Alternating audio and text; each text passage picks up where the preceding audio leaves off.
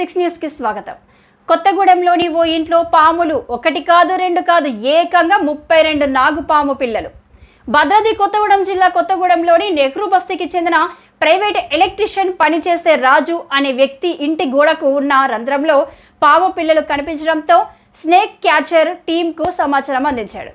Snake catcher Dattu బృందం కొన్ని గంటల పాటు శ్రమించి పెద్ద పాముతో పాటు మొత్తం 32 నాగుపాము పిల్లలను పట్టుకొని ప్లాస్టిక్ డబ్బాలో బంధించారు. దీంతో కుటుంబ సభ్యులు, పరిసర ప్రాంత ప్రజలు ఊపిరి పీల్చుకున్నారు.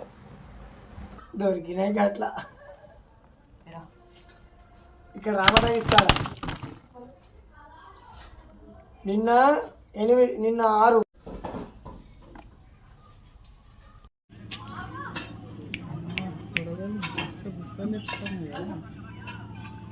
మంచిగా బాలే ఒక దిక్కే తలకాయలు బాలే పెట్టినాయి కానీ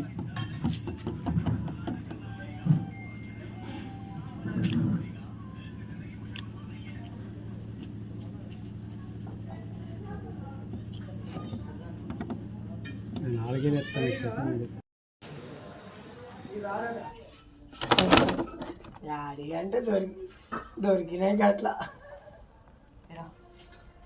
ఇక్కడ రామటైస్ కాడ నిన్న 6 మా ఓడి